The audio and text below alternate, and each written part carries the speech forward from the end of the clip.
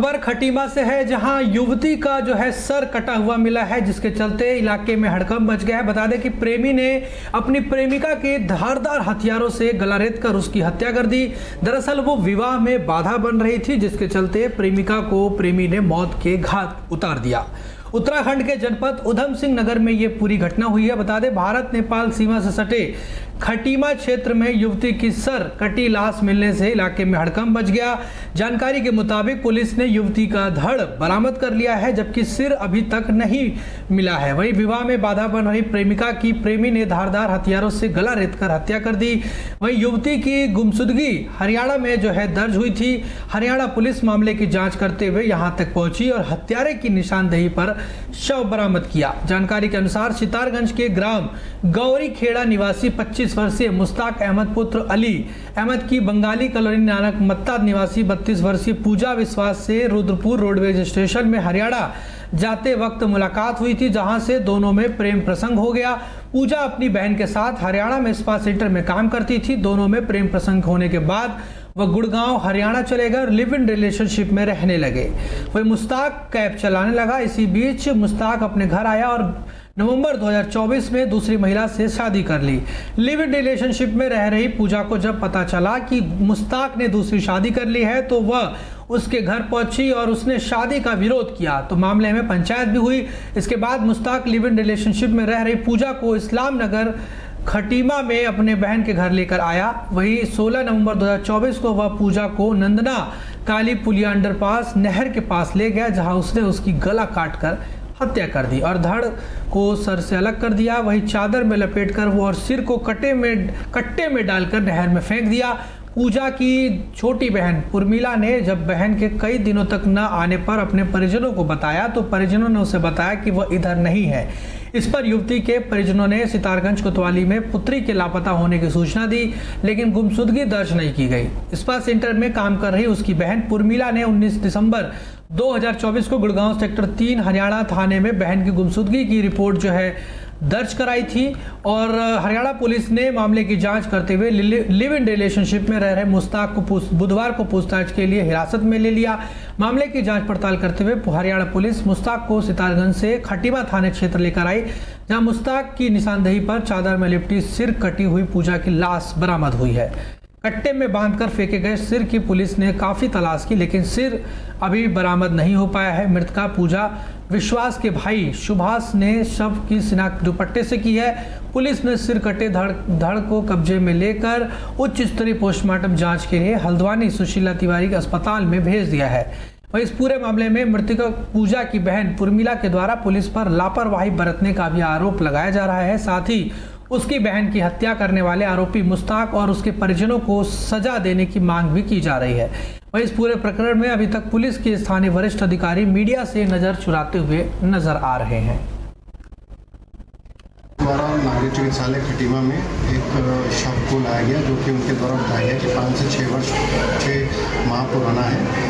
उक्त शव को उनके द्वारा कब्जे में रख के पंचनामा किया गया और पोस्टमार्टम की फॉर्मेलिटी के लिए नागरिक चिकित्सालय में लाया गया। चूँकि ये काफ़ी दिन पुराना मामला है, तो इसमें फॉरेंसिक एक्सपर्ट की राय अनिवार्य होती है, जिसके लिए इस शव को पुलिस के द्वारा सुशीला तिवारी हल्द्वानी के लिए भेजा गया। मेरी बहन 16 नवंबर 2024 से मिसिंग है। उसके हमें सूचना मिली है जब कि बहुत टाइम से वो कांटेक्ट में किसी के नहीं आ रही है, तो उसे हमने कांटेक्ट करने की कोशिश की, लेकिन उसका कुछ भी हमें नहीं पता चला। उसके बाद मुझे शक हुआ कि शायद कुछ हुआ है उसके साथ। उसके बाद जब मैंने छानबीन के दौरान हमें ये पता चला वो एक लड़का है मुश्ताक अहमद, उसके साथ वो रह रही थी।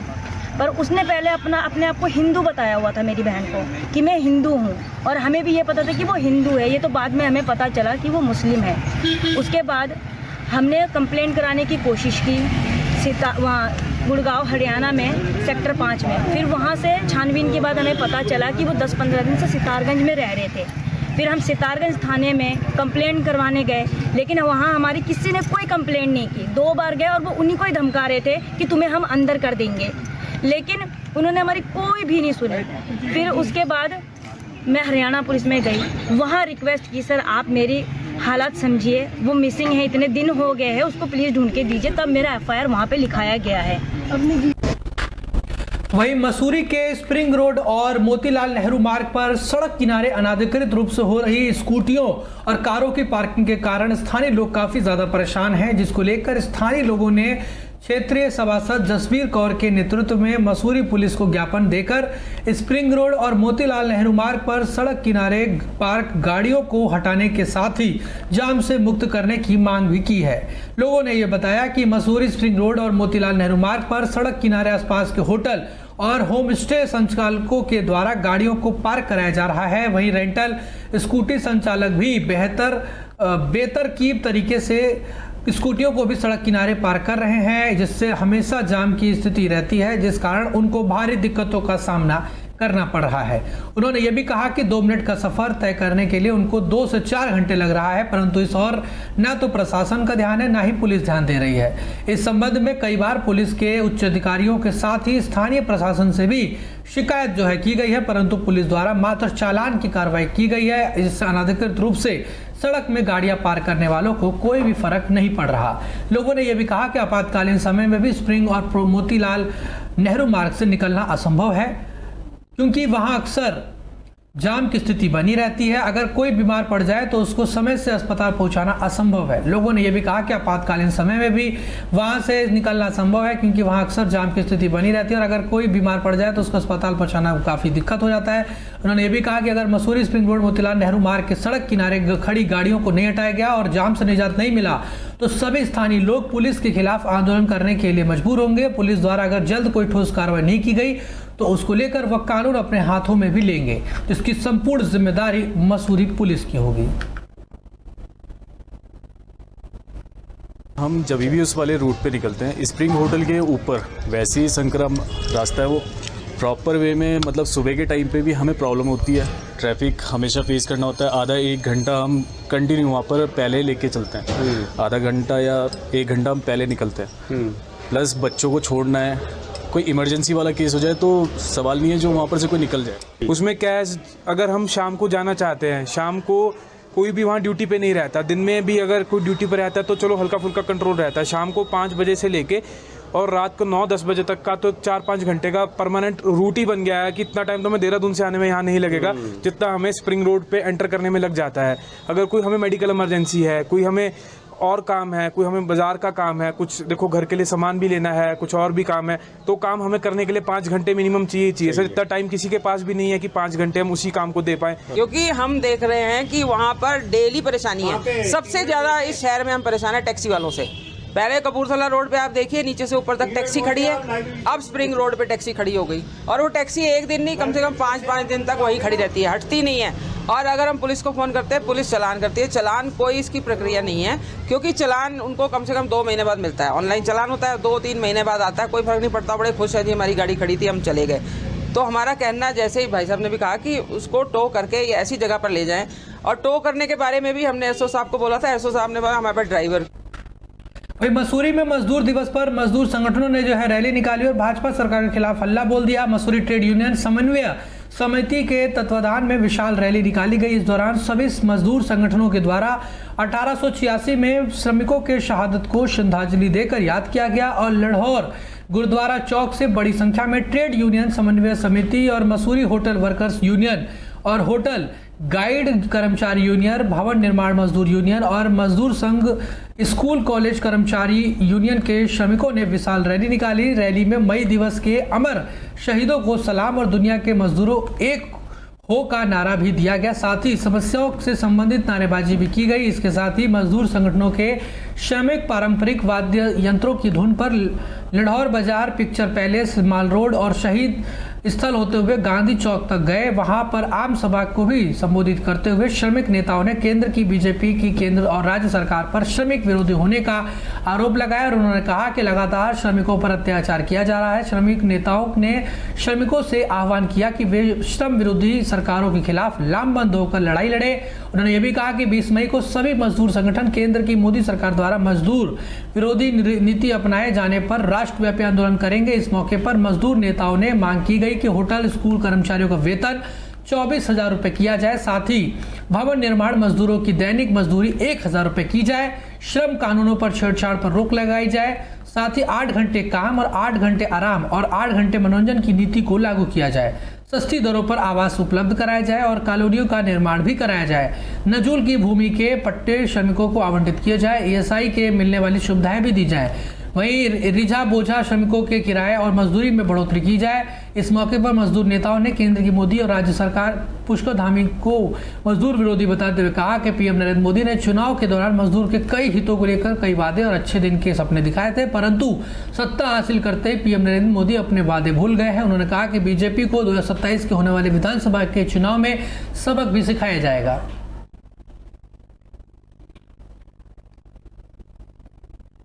एक बहुत बड़ा आंदोलन हुआ था।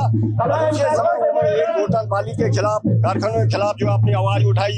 हमें 8 घंटा ड्यूटी और 8 घंटा जो है आराम और 8 घंटा मनोरंजन चाहिए और ये ऐसी सुविधा चाहिए। उसी के खिलाफ वो ईस्ट इंडिया ने जो है बहुत बड़ा जो है निर्मम हत्या कर दी गई है। और उसके बाद ये श्रद्धांजलि देने के लिए जो आज मई दिवस के अमर शहीदों को शिकागो शहर के इतने लोग यहाँ पर इकट्ठे। और अभी भी हम सरकार से यही मांग करते हैं, केंद्र सरकार से, जो ये जो है 44 श्रम कानूनों को जो है 4 श्रम कोड में बदलना चाहती है, तो बहुत बड़ा आंदोलन हो जाएगा। वो बहुत बड़ी भूल होगी अगर वो जो है 4 श्रम कोड लागू करते हैं, तो शहर में मजदूर एक बहुत बड़ा तबका आंदोलन करेगा और सरकार को जो है इस्तीफा देना पड़ेगा। सबसे पहले मैं आपके चैनल के माध्यम से तमाम मजदूर साथियों को मजदूर दिवस की बधाई देना चाहता हूँ, पूरे विश्व के मजदूरों को। 1886 को अमेरिका के शिकागो शहर में जो मजदूरों की हड़ताल वहाँ पे चल रही थी, 8 घंटे काम, 8 घंटे मनोरंजन और 8 घंटे आराम को लेकर, वहाँ की तानाशाह सरकार ने उन निहत्थे मजदूरों पर हजारों। वहीं रुड़की में बता दें, कलियर दरगाह परिसर में जेब कतरे की श्रद्धालुओं ने जमकर धुनाई कर दी। दरअसल कलियर दरगाह परिसर में उस समय हंगामा मच गया जब एक जेब कतरे को श्रद्धालुओं ने अपनी जेब पर हाथ साफ करते हुए रंगे हाथ पकड़ लिया। जेब कतरे को श्रद्धालुओं की जेब साफ करते हुए पकड़े जाने पर श्रद्धालुओं ने जेब कतरे की जमकर धुनाई कर दी। दरगाह सुरक्षा व्यवस्था के इंतजाम धराशाही रह गए। दरगाह परिसर में जेब कतरे की पिटाई का वीडियो भी अब जमकर वायरल हो रहा है। तस्वीर आप देख सकते हैं किस तरीके से जेब कतरे की वहां के लोग जो है पिटाई करते हुए नजर आ रहे हैं, क्योंकि उन्होंने उसको रंगे हाथ, जो श्रद्धालु है उन्होंने रंगे हाथों पकड़ लिया था। यही कारण है कि चोर की जमकर पिटाई की जा रही है। वहीं रुड़की में बता दें, नगर निगम के कई पार्षदों ने हंगामा किया है। कई समस्याओं को लेकर पार्षदों ने आवाज उठाई और पार्षदों की नगर आयुक्त से भी जो है तीखी नोकझोंक देखने को मिली है। रुड़की नगर निगम के कई पार्षदों ने अलग अलग मुद्दे को लेकर हंगामा किया और मुख्य नगर आयुक्त के कार्यालय में तालाबंदी भी की। वहीं पार्षदों की नगर आयुक्त से तीखी नोकझोंक भी देखने को मिली। वहीं पार्षदों ने यह कहा कि नगर में विकास कार्यों, स्ट्रीट लाइटों, ABC सेंटर चालू करने सहित अन्य मांगों को लेकर करीब 15 दिन पूर्व वह नगर आयुक्त से मिले थे और जल्द समस्याओं के समाधान का आश्वासन भी दिया था, लेकिन 15 दिन बीत जाने के बाद भी कोई समाधान नहीं हुआ, जिसको लेकर आज नगर आयुक्त के कार्यालय पर तालाबंदी की गई है। वहीं मेयर अनीता अग्रवाल ने कहा कि पार्षदों को समझा दिया गया है। कुछ पार्षद विकास कामों को लेकर उत्सुक हो गए थे। फिलहाल पार्षदों को शांत कराकर उनकी मांगों को सुना जाएगा।